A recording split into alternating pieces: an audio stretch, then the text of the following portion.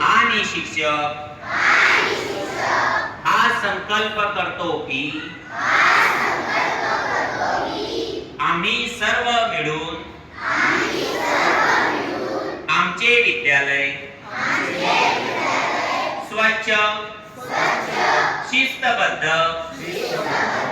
हिरवेगार आणि प्रेरणादायी बनवू। आम्ही विद्यालयाची संपत्ती, वेळ आणि साधन सामग्री